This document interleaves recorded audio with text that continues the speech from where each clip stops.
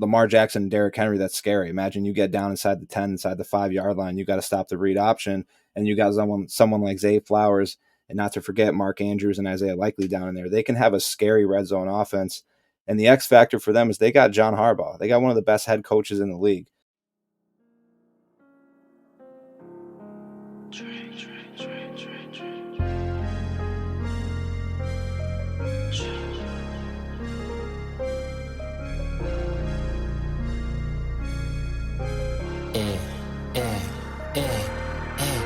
When I come to your city, I'm a new score.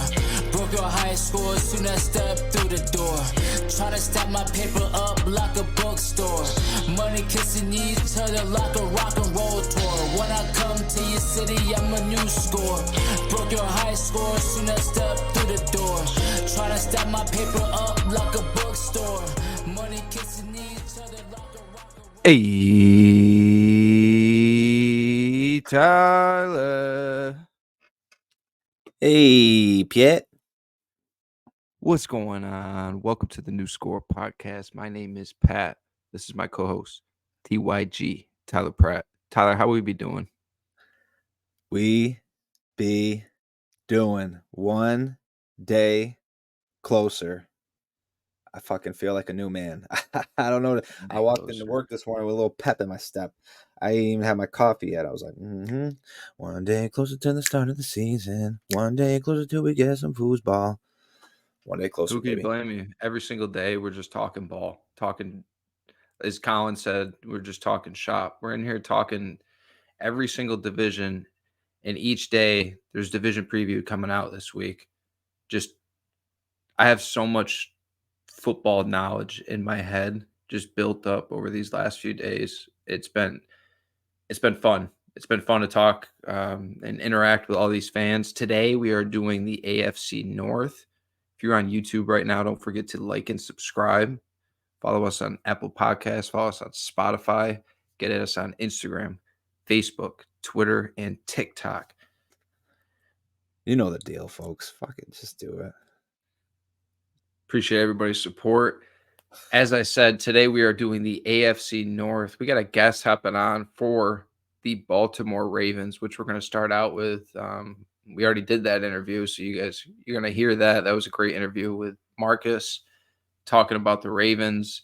Some big expectations in Baltimore going into this season, and how could there not be after what they did last year? They got that close to getting to the Super Bowl, and now you got Derrick Henry, put him on that team. I'm excited to talk about, the Ravens for weeks to come throughout the season. And we already talked about it. Probably going to have to put a future on them once again this season. Mm-hmm. Unfortunately, Justin is not able to join us on this episode to talk about his Cincinnati Bengals. But, Tyler, we need a Browns and we need a Steelers fan to step up to the plate, get in the batter's box, and get on the pod, because we didn't have any luck getting Browns or Steelers. No, I know a couple Steelers fans, but I don't think this is the year they want to talk. I don't actually know any Browns fans personally. What do they call that out there? The dog pound? Shout out my grandpa. Grandpa's a Browns fan, so. Shout out Grandpa Farrell. Not Farrell, but. Shout out Pat's grandpa. Thank you. So we're gonna go to the Browns next after we start off with the Ravens. I'm thinking we're gonna go Ravens, Browns, Bengals, who we usually have Justin on here talk Cincinnati Bengals with us. Unfortunately, he wasn't able to join us. Justin, you're welcome to come on though any point in the season. We love having you, and yes, sir. We know you love your Bengals. So I did ask him some questions though that we're gonna go over once we get to them, and then obviously we're gonna cap it off with those Pittsburgh Steelers. Russell Wilson, Justin Fields now in the building, Arthur Smith running that offense. It's going to be interesting to say the least, and we're going to talk all about that. But Tyler, let's start it out. Let's kick it back to Marcus talking Baltimore Ravens. Let's do it. Joining us now to talk some Baltimore Ravens, we got my boy Marcus Chestnut. Buddy, how we doing? We're doing good, my man. We're doing real good. Long off season, like we said, and Getting ready for Thursday night versus the Chiefs. What an opener that's going to be. I was just talking about it. We're going to find out real quick what the Ravens are made of going into Mhm. this season. It's hard to top what they did last year. They finished 13-4. You get that one seed. Just team looked dominant all season long. Tyler and I had our Super Bowl future as Ravens Niners, and we were that close. We were that close to getting that game, winning Hmm. that future. And they let us down as they let you down last year in the playoffs against the Chiefs. What they did, though, this offseason was they said, we're bringing in Derrick Henry. And once we get in that situation again, we're not going to only run the ball. I think they ran the ball 4 times in the second half that game. So Yep, completely something got like away that. from the run. They're not going to do that now, though, with Yeah. Derrick Henry in that backfield. So Right. I'm curious to see what you guys have to say about that, them getting Derrick Henry. Besides that, they didn't really gain anything. They brought in Deontay Hardy, which is going to be good for special teams. And I mean, he he could do something on offense as well. We've seen him do that. But the losses, they did lose Patrick Queen to the Steelers, so it's like a double hit there. You lose Patrick Queen, and then, oh, by the way, he's going to play in Pittsburgh. So that's tough to swallow. You lose Gus Edwards. J.K. Dobbins is gone as well. So completely new back with Derrick Henry, and Justice Hill is still there. Keaton Mitchell will be back. They also lost Geno Stone, and then they also lost Morgan Moses, John Simpson, and Kevin Zeitler on the offensive line. So that is my big question for this team, because looking at the roster, there's not many weaknesses at all when you're just looking at this team on paper. But the concern for me, if any, is that offensive line. They're going to have 3 new starters there. So it's going to be interesting to see how that unit comes together and plays, especially early in the season. You're opening up at Kansas City, like that's a test right off the bat.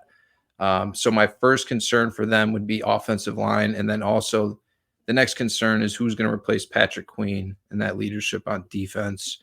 Trenton Simpson is a kid that I really like. He's a really good athlete playing linebacker, but you're losing a lot with Patrick Queen. So how's that going to look also on defense? But Tyler, what were your thoughts on the Ravens? Really, it's just replacing those offensive linemen that they lost there in the middle. I think their tackles are solid, but I think bringing in a guy like Henry will kind of help forget about those losses. But really, for me too, on the offensive side of the ball, they're solid everywhere else, and it's really receiver. It's those supporting pieces for Lamar. I love Zay Flowers, and I liked Rashad Bateman his rookie year, and I felt like I felt like he was going to take that leap, and it just hasn't quite come yet. And maybe this will be the year for that. I know he's dealt with injuries last couple of years as well. So if Rashad Bateman can take like that next step, uh, they can be very dangerous. Other than that, they got Nelson Aguilar. I like Isaiah Likely behind Mark Andrews because people obviously can't forget about Mark Andrews in those tight ends. But I think Likely will take a step forward in this offense next year. So other than that, man, they're deep up front. Their front seven is still strong, even after losing Patrick Queen. They still got a strong front seven, and I love that. Those D backs, their safeties. Kyle Hamilton's a dog. They have a good. They got the roster again. They still got it even with those losses. So I'm excited to see what they can do. And week one's going to be fun watching the Chiefs. Marcus, would you say those are some fair concerns with the Ravens? What are your concerns, if any? Yeah, I mean, absolutely. The offensive line got completely gutted this year. I think we have 2 starters, Ronnie Stanley and Linderbaum. Uh, definitely concerning. They got Ben Cleveland, that Andrew Voorhees. He took a year off because he had a knee injury right out of college, out of USC, and then replacing that left guard position with John Simpson being there. It's definitely gonna be tough. The guys that came in, I know we have Ben Cleveland, who is I would like to see at right guard for some reason every time it's his turn. It doesn't seem like it works out. I have this analogy that Harbaugh doesn't really like him because Harbaugh is always like football, football, football. It seems like Ben Cleveland likes to party with his boys, have a good time, and that's just Harbaugh. The Harbaughs, they're all about football, and that's great. I love that, but I think he has this something against him a little bit. You gotta you gotta remember Pat McCarry. He's played every fucking position on that offensive line, so I have a lot of confidence in him. But there's definitely a concern for me, especially like the little preseason I watched. Uh, it wasn't very good. The joint practice with the Packers, I didn't watch it, but you're scrolling through Twitter or through X, sorry, and they're saying Lamar's running for his life, this and that. It's preseason, it's practice. You guys know the first 2 to 3 games they're gonna be sloppy. Everybody's gonna be sloppy, and then by that fourth game, everybody's gonna find their true identity. Um, they're still gonna run the ball. They got Derrick Henry now. They got their guy, and I'm very very excited about that. I don't think we'll have an issue running the ball at all. He's got to split carries with Lamar still. I do think Lamar will tone it down a little bit as far as running is concerned. Um, we need Keaton Mitchell back. That boy is quick. That boy is really quick. I was just about to bring up Mitchell. I don't think that there's enough fans around the league, just general football fans like that understand how good Keaton Mitchell could be in that offense if given the opportunity. Mhm. I was sure to draft him in the first fantasy draft I had. I saw him sitting there late, and I was like, "Oh, give me him now." I know he's not going to be out there right away for that team, but down the stretch, and that's such a good compliment to Derrick Henry, and that's going to be able to keep Henry fresh too, is by implementing Mitchell in the game. Like, I can't wait to see him in that offense this year. Another thing I wanted to bring up, Tyler mentioned the weapons. Is it really a loss at all losing Odell? Like, how do we feel about that wide receiver room as a whole? I don't think it's very much of a loss with Odell. Odell's great. He made some good plays. Obviously, you saw him with the Rams. After his knee injuries, he's definitely lost his stuff. Let's not joke ourselves. But I've come to the realization that Baltimore will never get a true number one wide receiver. I think Zay is that guy, but we'll have to see what happens. As far as it is what it is. With Isaiah Likely and Mark Andrews and Zay Rashad, he's great. Like you said, Tyler, I think he needs to take that next step. I think he will. And Aguilar, he's just the savvy vet, get open when he can, and kind of go from there. I feel like Lamar Jackson, I know he won the MVP last year, so it's easy to say, yeah, he had a great year. But I feel like he took another leap in his passing game. Like, I felt like he got so much better as a passer. And I know it didn't work out in that playoff game, but I mean that Zay Flowers fumble too was huge. Like, people forget about that play.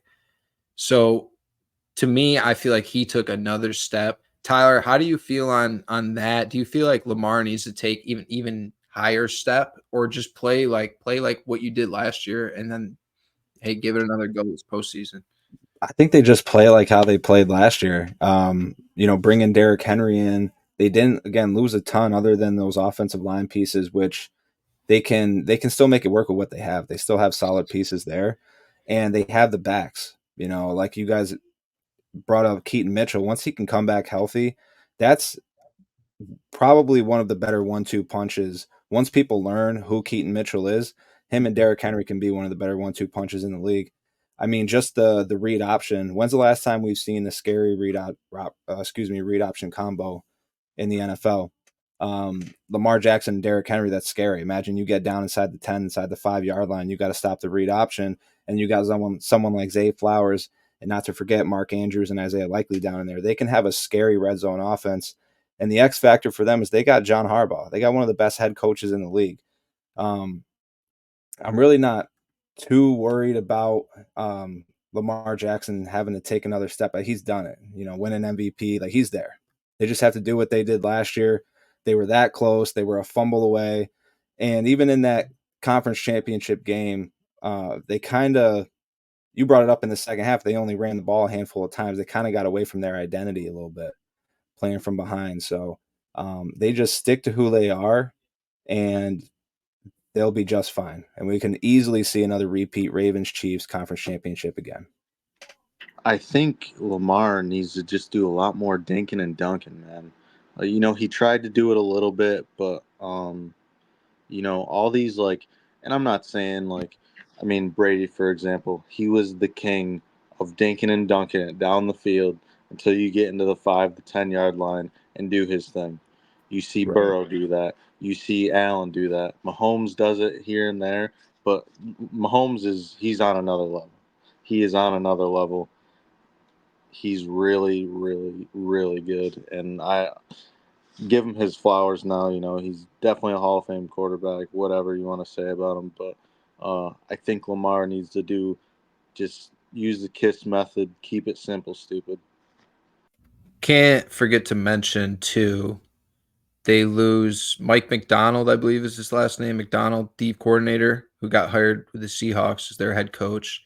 So that's a big loss, too. Something definitely need to mention that. Right now it's Zachary Orr, who got promoted in the building to DC. He's only 32 years old. This is his 8th year coaching. So it's going to be first time being a D coordinator. It's going to be interesting to are you worried about that at all? I definitely have my concerns. The thing about Zach Orr, I don't know if you guys know about him. He actually played for the Ravens, had a really, really bad injury, and it was forced to retire. Played linebacker right along with, I don't know if it was with Ray Lewis, but I know Suggs was still on the team. All those guys were still on the team. So I definitely have my concerns. Mike McDonald was the man. I think with Orr's defense this year, I think they're going to be a little bit more physical than they have been in the past. And I know that's kind of surprising to say because the Ravens defense is always pretty physical, but I don't want to say they're going to be headhunting, but there might be some headhunting there. Looking at this roster just a little more, I said there's not a ton of weaknesses. We didn't really, I mean, offensive line, I'm sure they'll figure it out. It is a concern right now, but how about cornerback? Because I feel like, is it just me or is Marlon Humphrey taking a decline these last couple of years? It might just be me. I'm not watching the Ravens as much as you. And then I see Brandon Stevens as well slotted as the other starting cornerback right now. He had a pretty good year last year. How do we feel about the cornerbacks?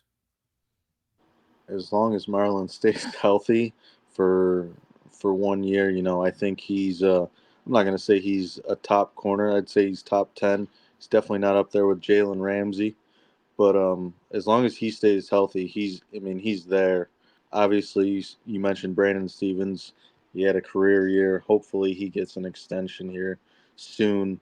But they also drafted a guy out of Clemson, Nate Biggins. He's looking pretty good. That's right. Really fast, can keep up with guys. So as far as the DBs, I'm not too concerned. I mean, I know Tyler and Pat, you also mentioned it too.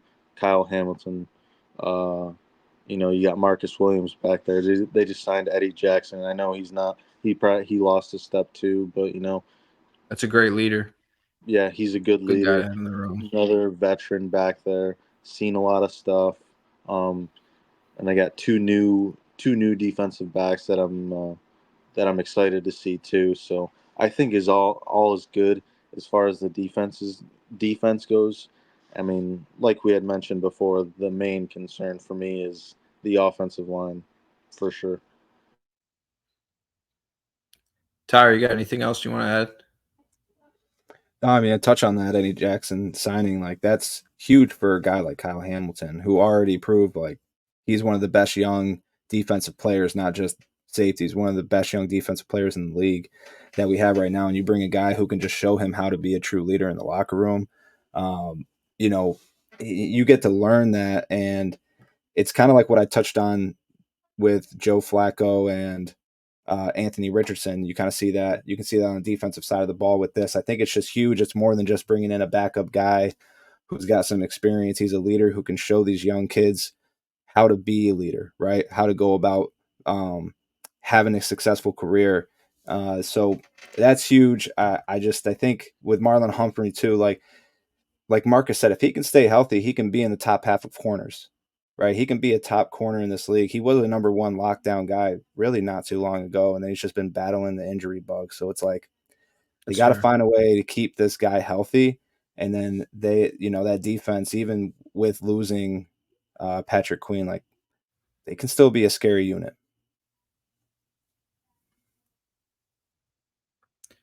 So Thursday night opener, Ravens Chiefs, rematch of the AFC Championship. It doesn't get any better than that. And the team's gonna be out for blood. It's gonna be fun. It's gonna be physical. And if you think the defense is gonna be more physical now, I can't imagine, because the Ravens already what it was.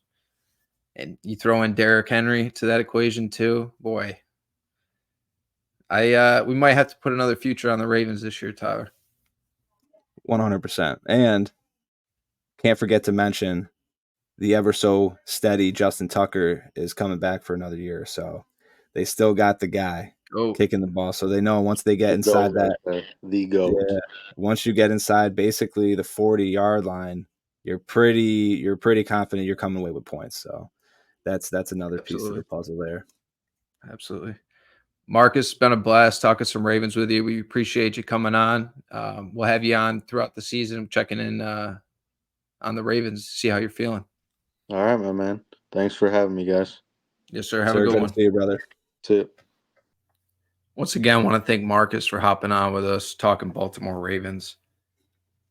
Transitioning now, let's get on to the Cleveland Browns, Tyler, team who made a push last year for the playoffs with Joe Flacco filling in for Deshaun Watson. And that team, they were fun last season. I feel like Flacco really had the boys playing. There were some games where he went off. Nick Chubb obviously has the devastating injury last year. He's going to be out to start the season, but he'll be back. They are dealing with a couple other injuries we're going to get into. But looking at this team on paper, and specifically the defense, there's a lot of names, a lot of guys. Some guys who had really good years last year as well. They bring in Jordan Hicks this year at linebacker just to add to that defense. I know Dalvin Tomlinson's out to start the year, and then Greg Newsome as well is out to start the year. But I mean, Myles Garrett, he's always Defensive Player of the Year candidate. And then the secondary is really good. So I don't see any reason why the Browns defense isn't going to shine again this year. But the real question is, you bring in Jerry Jeudy now to help that offense and Deshaun Watson. But we haven't seen the same guy in Deshaun Watson since he got to Cleveland, So it is, I would think, for Browns fans, it would have to be alarming seeing what you paid that guy and then what he's contributed for your team on the field, especially given everybody saw what Joe Flacco did. I mean, and then even DTR has been pretty serviceable when he's been in games for them. That's another thing, is they ended up keeping 4 quarterbacks, Tyler. There were some rumblings about possibly trading Huntley, DTR, but they all make the roster. And like I said, they bring in Jerry Jeudy to complement Mari Cooper and Elijah Moore. And then they got some younger guys like Cedric Tillman, David Bell. So they got some depth as far as weapons. Jerome Ford and Pierre Strong Jr. are going to fill in for Nick Chubb while he's out. And I think Deontay Foreman's also dealing with an injury right now. Those other injuries on the O-line are Jedrick Wills Jr. and then Jack Conklin. Those 2 guys are out. So that's a big hit to a dominant offensive line. Like when this O-line is out there and healthy, you could definitely make the argument they're the best O-line unit in the league. So defensively, they got all the guys. They got Jim Schwartz coming back at coordinator. Offensively, it's all there. Hopefully, if those O-linemen come back fully healthy, and then Nick Chubb obviously on the way, it's just biggest question, Tyler, for me is Deshaun Watson. Like, what Deshaun Watson are we going to get out there? What can we expect? Yeah, if you can get the same defense you've been getting the last couple years, and you just plug in Deshaun Watson playing somewhat close to the level that he was when Houston, we're talking a easy 12-win team here. We're talking a team that's going to push the Ravens and even the Bengals this year too. Like if everyone's healthy with the Bengals, if you got Joe, doing his thing out in Cincy, it's a 3-team race, and this actually would be one of the. I guess there's a couple divisions you can see some 3 teams getting in, right? NFC or the AFC East, a couple teams in the NFC as well, but this is one of them where it's like each team, though, aside from the Steelers, who are no slouch, but these teams can all be 11, 12-win teams, right? If everything falls right for them. So with Deshaun Watson, you nailed it right on the head. He's the biggest question mark on here.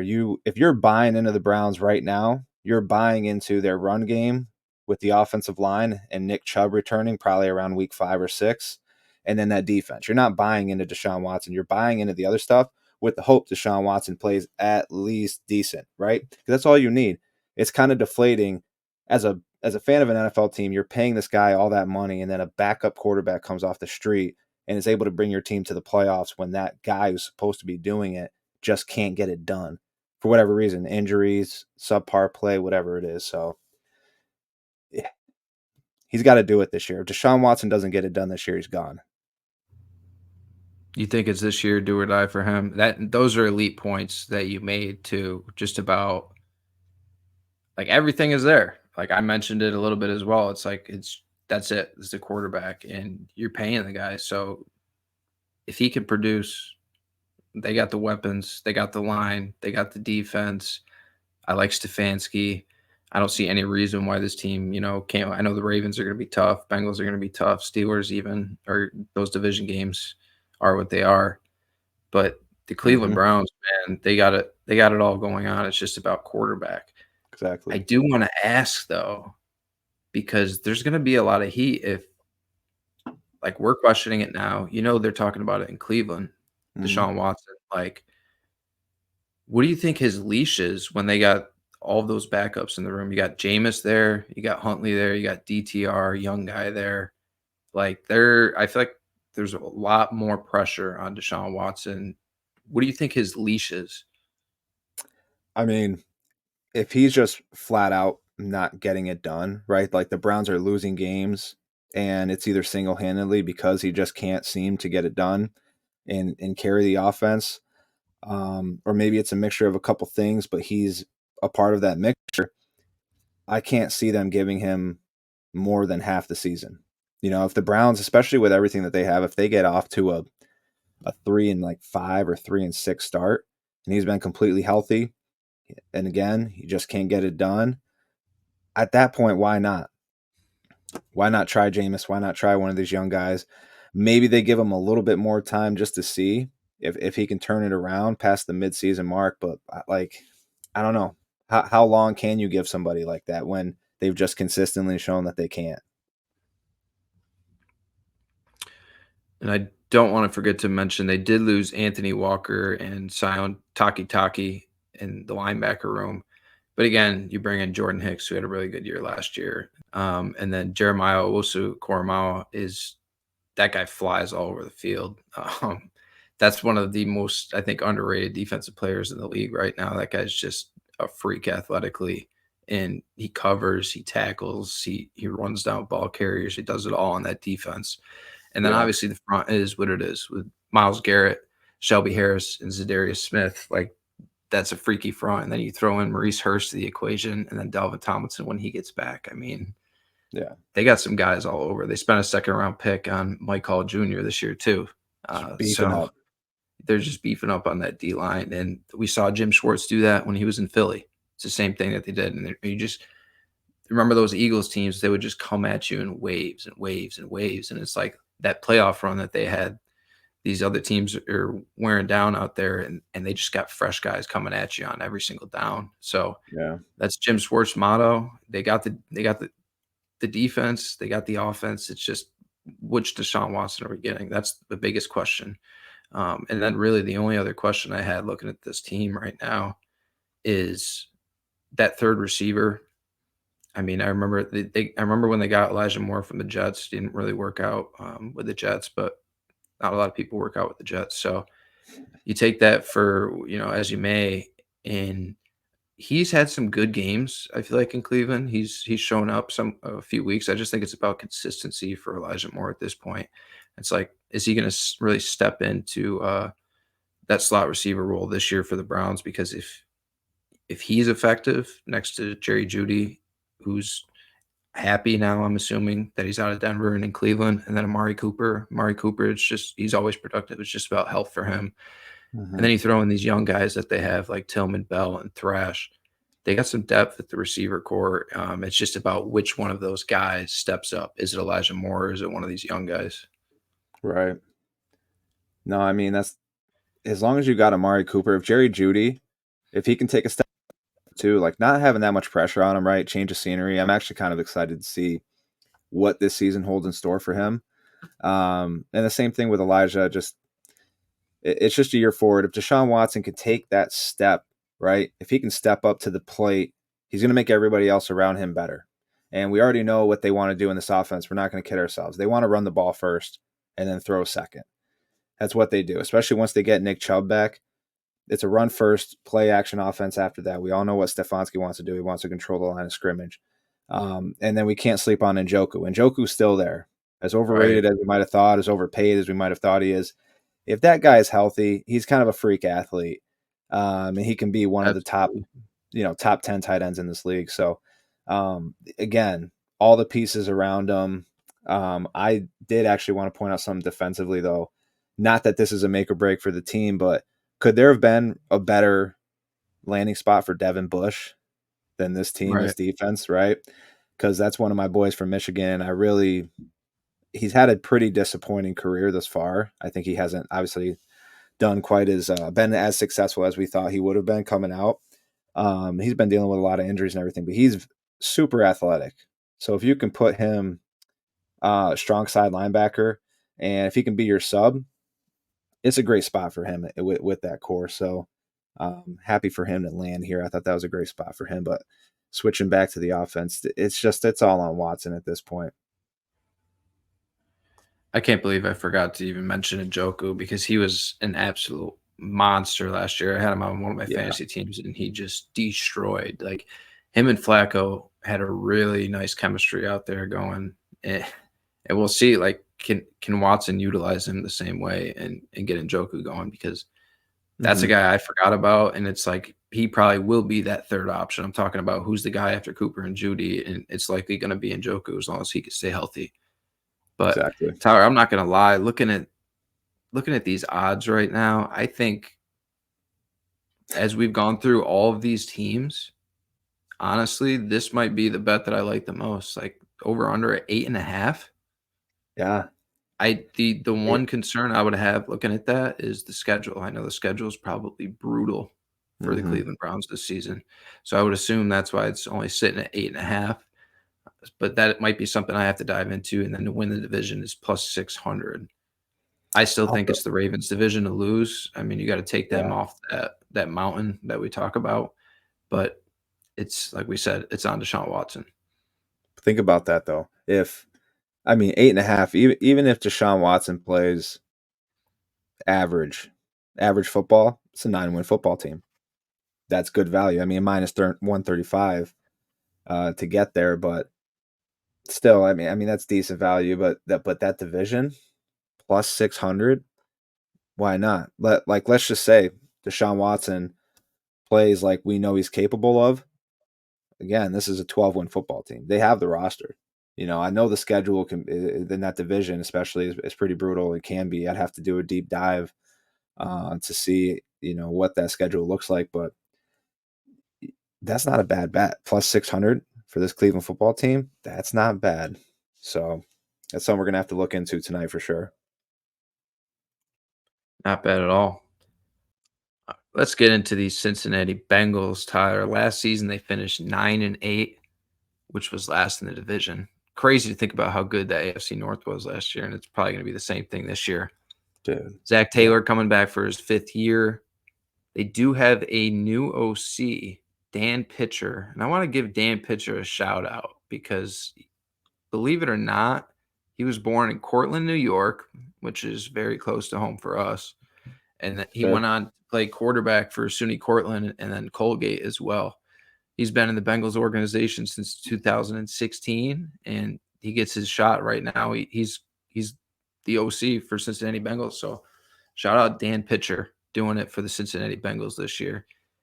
Talking about this roster, Tyler, everything's there. It's been there, I feel like, since the year that they made the Super Bowl, and you saw what Joe Burrow was able to do that season. I think he put the stamp on it where it's like you always got to factor in the Bengals to the equation when you're talking about Super Bowl contenders, because like we saw Joe Burrow do it, and Yep. he hadn't been in the league very long at all when he did it. I know they've taken some losses over the years, having to let guys go. Guys, that's what happens. You make a Super Bowl, and then you have players go on to get paid somewhere else. One that sticks out to me is Jesse Bates, and because he's fucking amazing safety doing it for Atlanta now. So shit like that happens. But what you do is you revamp, you retool, and you give it another go again and again because you got the quarterback, you got the guy in the room. He's got his guy in Jamar Chase. T. Higgins is coming back this season. Right now, they found a way to at least get him back for another year, which is big. I feel like they have upgraded that old line, especially since that time that they made the Super Bowl. Think about how many times he was getting beat up that season. I think they might have led the league in sacks. So they've definitely made it a point of emphasis these last couple of years improving that O-line. Left side, it was a little concerning last year for them as I'm looking at these grades. Tight end, they bring in Mike Gesicki. So I'm curious to see how they incorporate Gesicki in this offense. I feel like that's kind of been who would they have? CJ Uzama. Yep. Back a few years back. I feel like they've been missing tight end. It's just kind of been a different guy, like Hayden Hurst. It was one year. Mm-hmm. It just a different guy stepping up each year, and I feel like that's been a position of a void for them. So I'm interested to see how Gesicki, Drew Sample they still got, and Tanner Hudson step up in tight end room. And then who's that third receiver going to be for them? I mean, is it going to be Jermaine Burton, a guy that they just took? So I'm anxious to see who's going to step up on that offense. And obviously, Joe Mixon is gone now. Joe Mixon's in Houston. They replace him with Zach Moss, Chase Brown, speed guy. I really like him. And they also have Travion Williams in the backfield. Just talking about some moves that they made. They bring in Sheldon Rankins, which is big, but they lost DJ Reader. So it's kind of just a replacement there. But they brought in Geno Stone at safety, big for them. I mentioned Zach Moss. They bring Von Bell back, a guy who was on that team that made the Super Bowl after he spent a few years in New Orleans. He's back. And then Gesicki, as I mentioned, on top of Mixon and Reader, key loss for them was Jonah Williams on that offensive line. So like Orlando Brown right now sitting in left tackle, Watson at left guard, guys that didn't have great years last year, while the rest of the O-line did have pretty good years. And I'm seeing Trent Brown as well. I forgot they got him as well. Yeah. And then another addition that I haven't even mentioned yet is their draft pick in Amarius Mims. And that was one I wanted to reach out and ask about that O-line to Justin. And he said he expects this O-line to be improved with a Mims in there. Yeah, no. Circling back to that tight end group, Eric All Jr., that's the answer to all their problems. Michigan guy, transferred out before his final year. He's a stud. If he doesn't end up taking over by the end of the year, next year, that's a name. So if you're in a dynasty league, stash him. I did that. Running back, I don't know that I think you regress a little bit from Joe Mixon, right? But you get Zach Moss in there, pair him up 1-2 punch with Chase Brown. They can make it work. But this offense made it work last year with Jake Browning. You know what I mean? I don't think Zach Taylor got enough credit for what that team was able to do without Joe Burrow last year. Also, Dan, you mentioned Dan Pitcher. I'm going way off track here, but I have to mention this. He played for Cortland. Out in that area, for those who aren't familiar, there's a big party called Cortica. So big shout out to Cortica. One of the probably drunkest moments I can actually remember. My Ford Explorer, I'm sitting there. I got Fat Matt with me. That's my cousin, who everybody who knows us knows. And if you don't know, you need to know them. I just remember opening that door, letting it out, closing it, passing out, doing it again, waking up, get a phone call. Yep, time to go down the street. I'll meet you over at TC3. So, hell of a night. Good times. Back to what we're supposed to be talking about. That offensive line is much improved. And that's the craziest part about it is, and I don't remember if I brought this up on a past episode or not, but when you take a sack as an offense, it's detrimental to your percentage odds of scoring, not just a touchdown, but even getting a field goal. When you take a sack on a drive, it decreases your odds of scoring by a ton. So think about that in Joe Burrow's prior years where he was, probably getting sacked, if not league lead, top 5 guaranteed. So the amount of success their offense has still had with the amount of sacks that he was taking speaks volumes. That's very impressive. But that 1-2 punch still, Jamar Chase and T. Higgins, they have a solid tight end room. Getting Gesicki in there, he's been kind of a journeyman the last 4 or 5 years. He's been a little all over the map, but he's still solid. That's why he keeps getting signed by teams. He's just a solid option, right? He just hasn't been able to really stick anywhere. Sample's solid. Tanner Hudson actually had a pretty good year last year. Didn't get a ton of snaps, but again, Eric All Jr. is the answer there. Just got to get him incorporated with everything. Offensive line, as you already touched on, it's improving. It's improving. They're finally, investing draft capital, financial. They're doing what they need to do. I kind of wish Joe Mixon was a part of this one last time with Burrow, but he's not. So I hope he has a good year in Houston because I have him on one fantasy team. So I need a decent year out of him. You're not getting him, by the way. He's literally all I got in that running back room. So, but yeah, onto this defense. Before we move on to the defense, I just want to touch on questions I had for Justin because my biggest concern we see Joe Burrow, we see Jamar Chase, T. Higgins. We've seen what they've been able to do and win football games with not the best offensive line, and we expect that O-line to be better, and so does he. But my concerns that I brought up to him were there's a lot of drama going on in Cincinnati right now. Guys wanting new deals. You see Jamar Chase holding in right now. T. Higgins, obviously, that already went by pretty much.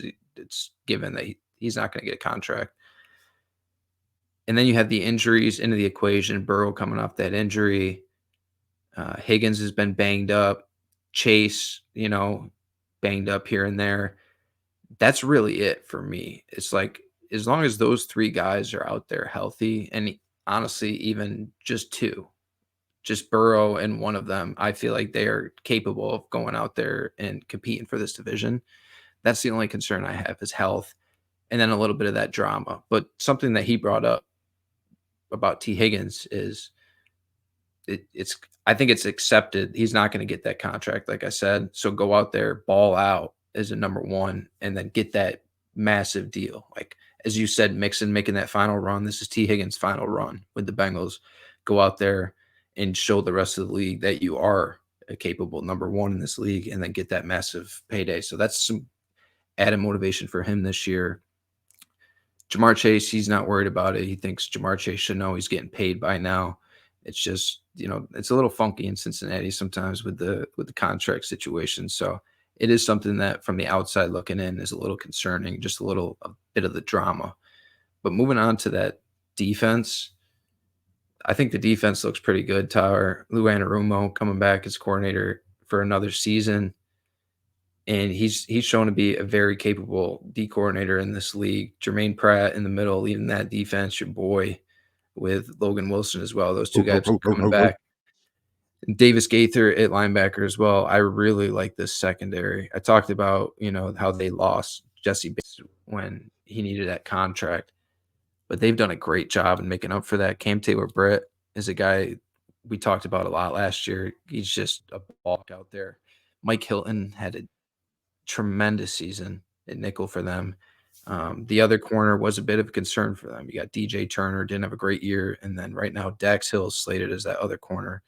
So I'm interested to see who's going to step up as that second corner because you've got it with Taylor Britt and Hilton, but who's going to be that third guy for them? Safeties, I really like them. They spent that third round pick last year on Jordan Battle, and he had a great rookie season. And then, they brought in Geno Stone, and then you bring back Von Bell. And Von Bell is a guy that Justin emphasized when I was talking to him. It's just very big having him back in the room, a guy that went on that run with them. He's a great leader. He's played a lot of really good winning football in the NFL. So it's good to see Von Bell back on this defense. The front, Hendrickson's really good. I know there was some contract issues with him. He demanded a trade at some point. So how's he going to go out there and perform? BJ Hill and Sheldon Rankins on the inside, solid with Sam Hubbard on the other side. So the front is not bad at all. Miles Murphy, they drafted last season, but he's starting out the year hurt. I'm not sure how long. I'm not sure how long he's out, Tyler. If you got any idea on that, but Nope. front looks good to me. The linebackers look good to me, and the secondary looks good to me. It's just about staying healthy, I think, for the Bengals. Yeah, 100%. I mean, you just look at the whole defense top to bottom, and I think that there's, aside from that safety group, really their secondary as a whole, I think, is the strongest part of their defense, and I don't think there's not many teams you can say that about. Trey Hendrickson obviously being their biggest pass threat. Miles Murphy, first round pick last year. Obviously, you're looking for all of your first round picks from last year into their second year to take that leap. So that's what I think everyone is looking for there. But they just have solid pieces, right? They have solid pieces all around. They know that this can be a good group. No one's looking at this group thinking they can be top 5. If they're coached up really well, scheme works really well, top 15, maybe crack into that top 10, but I think they're a top half as long as they can stay healthy and play well. The only thing is they just got to get after the quarterback. I don't think the Bengals have really done a great job getting a ton of pressures. I could get fact checked on that for sure, but as far as my memory serves me, I don't think they do a great job at getting pressure on the quarterback, which is something they could improve on. But that secondary keeps them upright, right? Hendrickson's been a dog, but I agree with Yeah. you. Besides, it would be nice to see Hubbard take a leap this season and help him out on the edge. Yeah. And that's exactly why they need Miles Murphy to take that leap too. That's why they took him in the first round last year, So they just got to get a little creative. They've got solid backers. They just got to get creative with blitzes and scheming that up. So we'll see how Louis does, because Louis is as Louis does. We know that. Also, one thing that I completely forgot to mention, I don't think we've even talked about yet, is this new kickoff, right? This new kickoff rule, it can honestly be a game changer. If you have a great special teams unit, because I'm looking, and Cincinnati was graded 7th last year overall for their special teams. So in preseason, I saw the special teams units just getting diced up for 30-yard return. Average return seems like teams were getting out to at least the 40-yard line. So if you have a good kick returner, if you have a great kick returner, you're going to probably be setting yourself up in great field position, right? Getting at least close to that 40-yard line until teams start to figure out a way to, maybe they just kick it out of the back of the end zone and set you up. I don't know, does that get you to the 30-yard line or something like that? If teams just kick it out of the back. So it's going to be more of a strategic approach to the new kickoff rule, but that is something I think that can play in certain teams' benefits if they have a good special teams unit. And yesterday or the other day when we were talking to Tyler about his Chiefs and they made that move to go get Hendershot, he was like, yeah, it's more of a special teams move. And it's like, you know what, that makes sense. You bring this guy in, he's your number 3 tight end. You give a conditional pick late in the draft, but to bring someone in to play special teams, it's actually a good move, especially nowadays, moving forward with this new style. You don't know what to expect, but if preseason is any indication, teams are going to be set up in great field position. Before moving on, I did look it up. Miles Murphy's going to be out 2 to 4 weeks. So hoping he comes back and really has an impact for that front, because it'll be exciting to see if he could show out and be something on the other side of Hendrickson. And Yeah. hopefully Henderson goes out there, got another guy who wants to get paid, will go out there and ball out, you know? So Yeah, that's all I want. I feel like as an NFL fan, that's all you want. You see these guys with all this potential coming out of college, and then they just battle injuries and battle adversity, and then sometimes end up falling out because of that. I just want to see these kids stay healthy and just get their chance to prove why these teams spent a lot of capital on them. But hope he comes back strong though, for sure. no doubt. And Justin also wanted to mention, he says Jamar Chase and Joe Burrow have had to have conversations about where the Super Bowl is being played this year.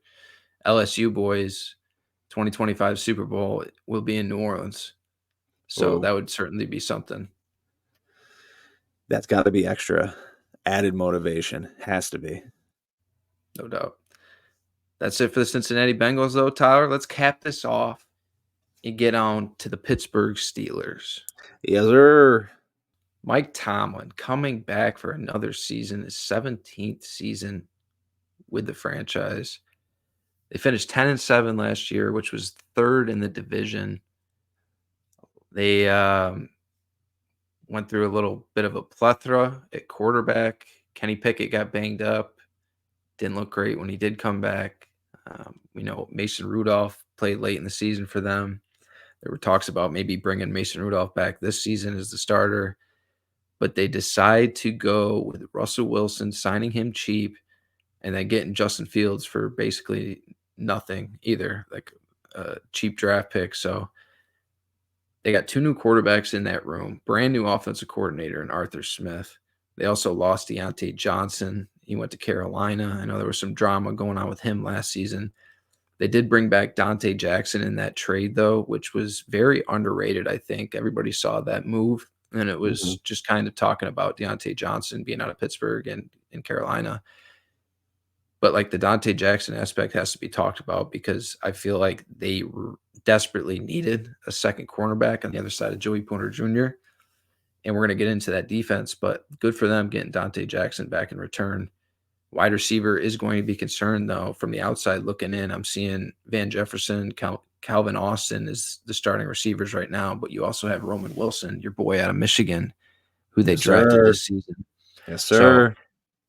I would like to, just dive in with a Steelers fan and get their perspective on expectations for Roman Wilson in this offense. I'd like to know a little bit more about him, but I'm excited to see because they need somebody on the other side of Pickens. Like, Yeah. if Pickens is a good receiver, but like if you could take George Pickens out of the game, what are you really getting from that Pittsburgh offense? You got Najee at running back, Jalen Warren, both coming back for another season.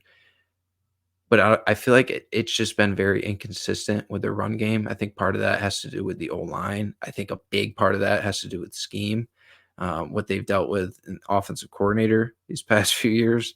But you got a guy that you bring in Arthur Smith, whose specialty is that run game. So I'm really anxious to see how Arthur Smith builds that run game in Pittsburgh, and if they can get back to just, pounding the rock and that bully football, because I think you're going to need that to take the pressure off whoever the quarterback is.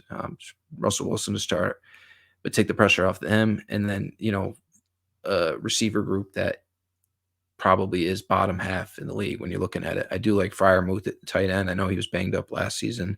Hopefully he can go out there and ball out for this offense because he's shown to be a really good target. He was a good target for Kenny Pickett. So Russell Wilson has used his tight ends well over the years. I'd like to see what happens there.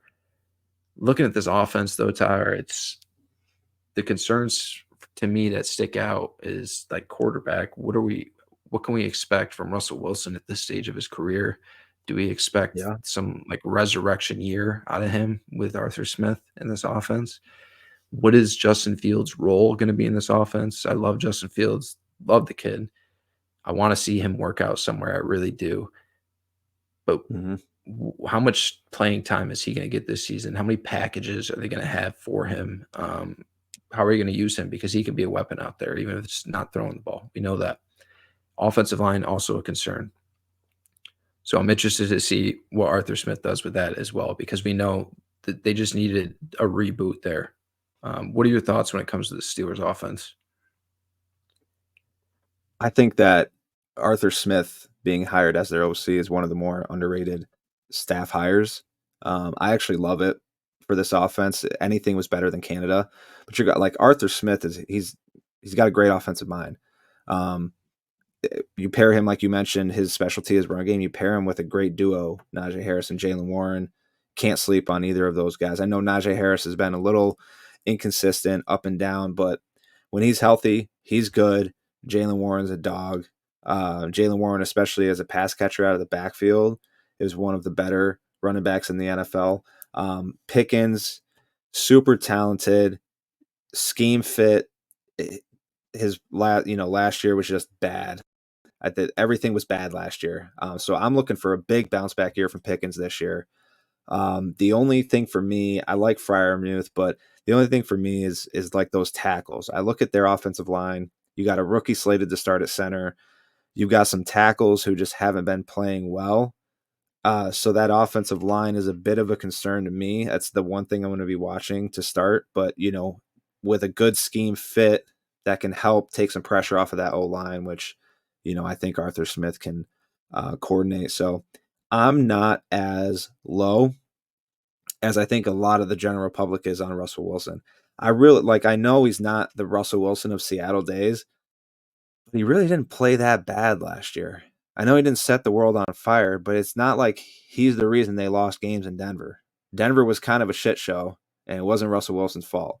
You know what I mean? And, first They year didn't with even want him. Right, exactly. So, I mean, I think that this is a good fit for Russell Wilson.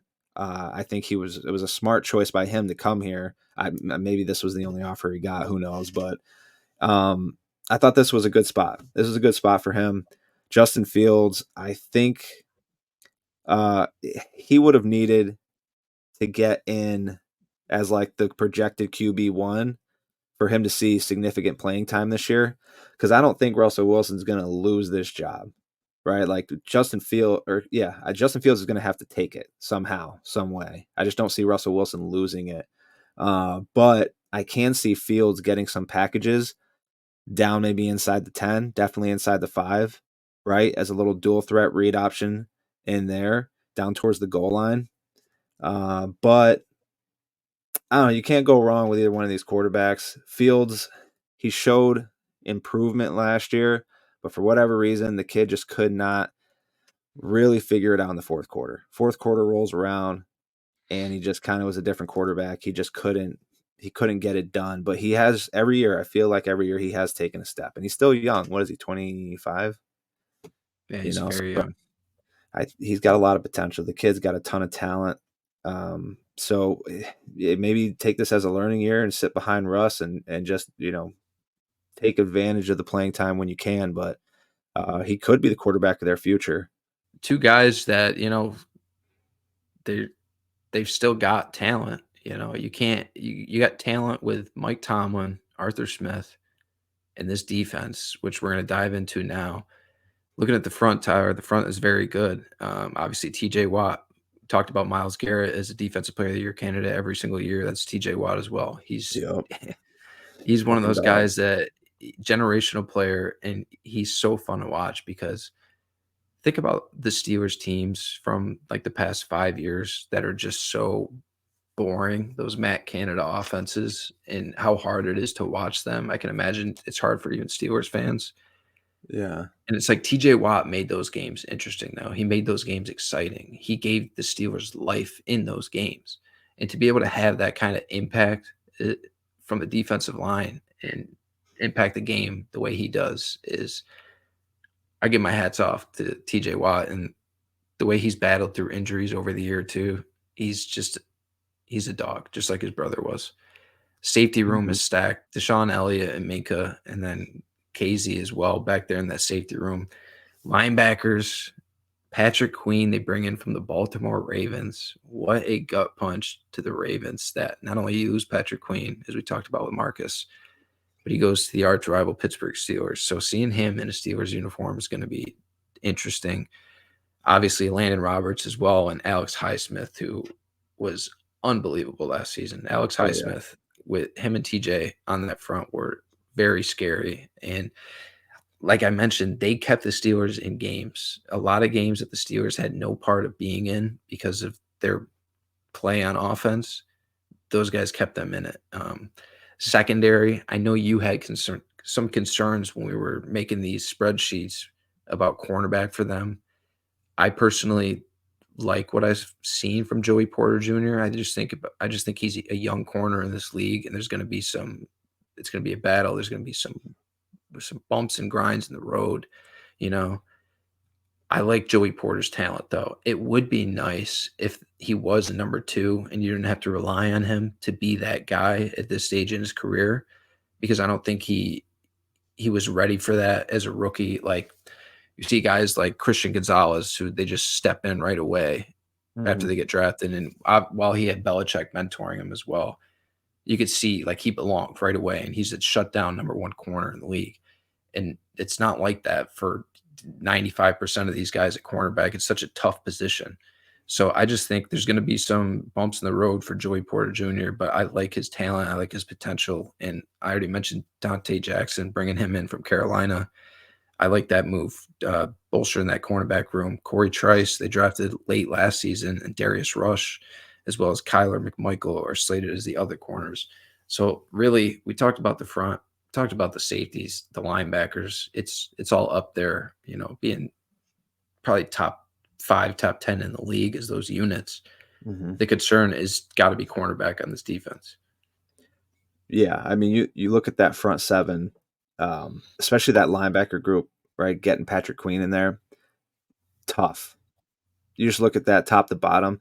That's a tough group to try to handle and move the ball on, especially guys like Herbig, even Cole Holcomb, who's out, who actually, because he used to play for Washington, he can kind of a dog, actually. Holcomb can be.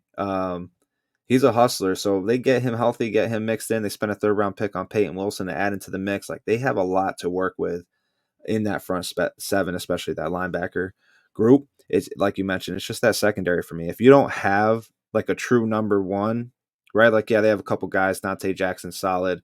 You already touched on Joey Porter Jr., but if you don't have like a true number one, like you're confident, oh yeah, he can cover, or he can at least do a solid job on these number one wide receivers. Like, you're not going to shut those top guys down. You don't see it. It might happen once in a while, but you just typically it's not consistent to see a top receiver get shut down. So that's not really what I'm saying, but a number one guy who can handle some of these top receivers in the league.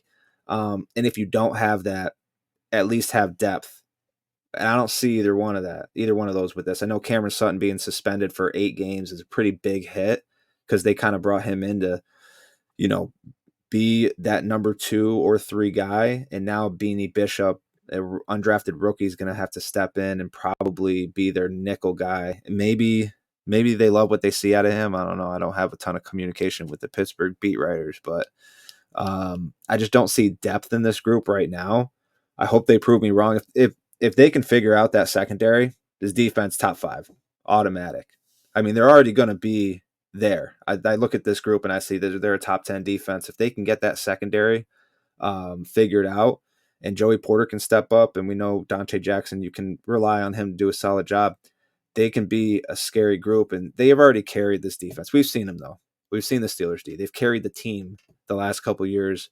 And last year, just, yeah, a few things bounced their way. But that's a really good group, though. The secondary is the main concern. So, the first couple weeks, I definitely am going to keep a keen eye on how that secondary holds up. But this defense as a whole, though, is still a scary group. And TJ Watt is one of those guys where, you know, when you're making a bet, he moves the line. As a whole, I like the defense again. Secondary is what I'm going to be looking out for here early. And certainly the offense, like Russell Wilson, how's he going to look in this offense? Who's going to step up? For hopefully they get the run game going. I forgot to mention Cordero Patterson, another guy they brought in, comes over with Arthur Smith from I was Atlanta. just going to say that.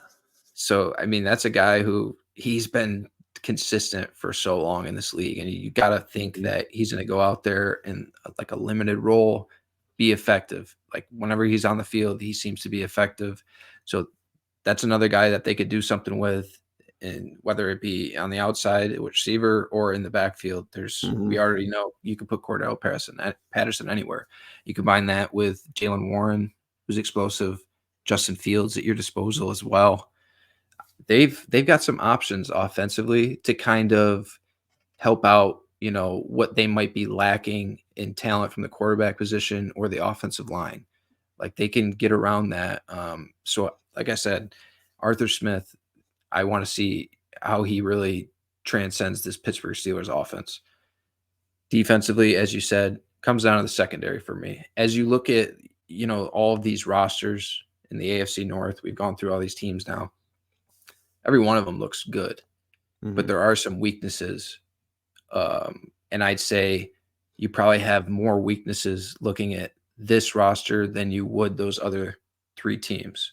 And I think that would be fair even to Steelers fans, because it's like, while you might be dominant and you could be better than those other teams, front seven, or obviously in the same tier as those other ones, I don't want to say they're better.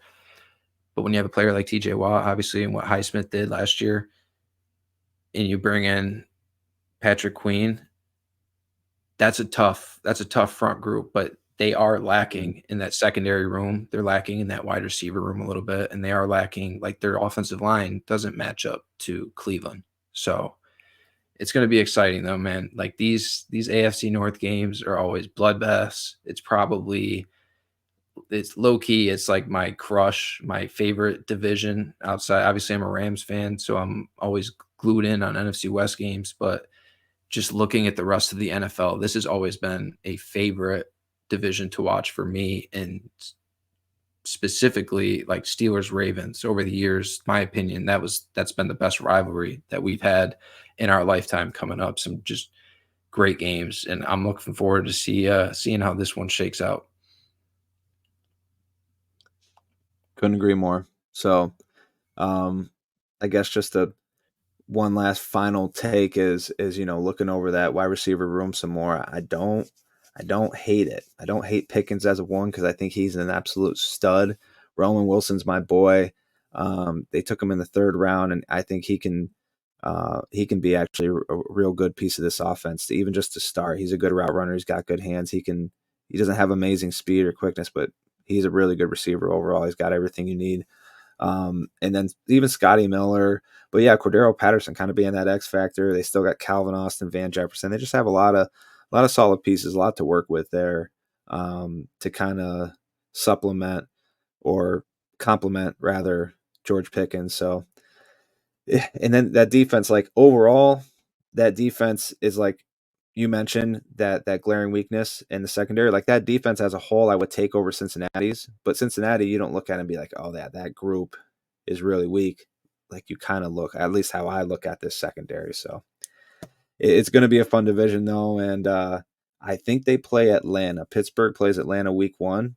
Kind of a revenge game for Cordero Patterson and Arthur Smith. So that's going to be interesting. I tell you what, right now, early bet, I like the Steelers in that one. So I think they're a dog. I think they're a dog in that one. We all know Mike Tomlin as a dog pays out. So for you bettors out there, stay tuned. How do you feel about 8.5 for this team? 8.5 wins.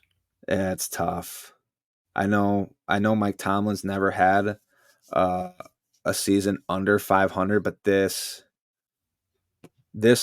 might be it. But it's tough because like I said, I'm not as down on Russell Wilson as everybody else is, but I think this is one that a lot of the pros are taking the under on. The over is plus 120. So that's how you know there's a lot of money coming in.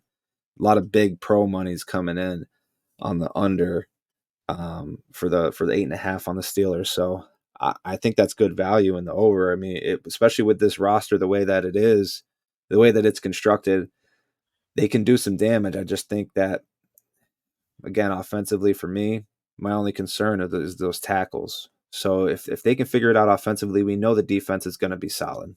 But their strength of schedule I have to look, take a deeper dive into that again. But obviously, all of these division games are going to be fucking tough. I think they'll be happy if they can they'll be ecstatic if they can get 3 wins out of that division. I'm more looking at them to go 2-4. They could go 1-5. They could even go 0-6, and no one would be surprised just because of how good those other teams are. But I'm thinking they sneak out 2 wins in the division this year. But yeah, over 8.5 is tough, but at plus 120, it's kind of attractive. And they're feisty. They're going to be feisty, if anything. Yeah, it's just unfortunate for them that the division is what it is, and the conference is what it is with all these young elite quarterbacks that we've been talking about day in, day out. Yeah. But this was fun going through the AFC North division preview. It's going to be exciting. We got the Ravens on opening night here coming up, and I'm excited to see what they're going to look like out there against the Chiefs. If you are on YouTube right now, don't forget to like and subscribe. Follow us on Apple Podcasts. Follow us on Spotify. Get at us on Instagram, Facebook, Twitter, and TikTok. Shout out Marcus. Thanks again for coming on, buddy. Good luck opening night. We will see you next time. Goodbye. Peace. Oh, I like it. I like the visual effects. When I come to your city, I'm a new score. Broke your high score as soon as I step through the door. Try to stack my paper up like a bookstore. Money kissing each other like a rock and roll tour. When I come to your city, I'm a new score. Broke your high score as soon as I step through the door. Try to stack my paper up like a bookstore. Money kissing each other like a rock and roll.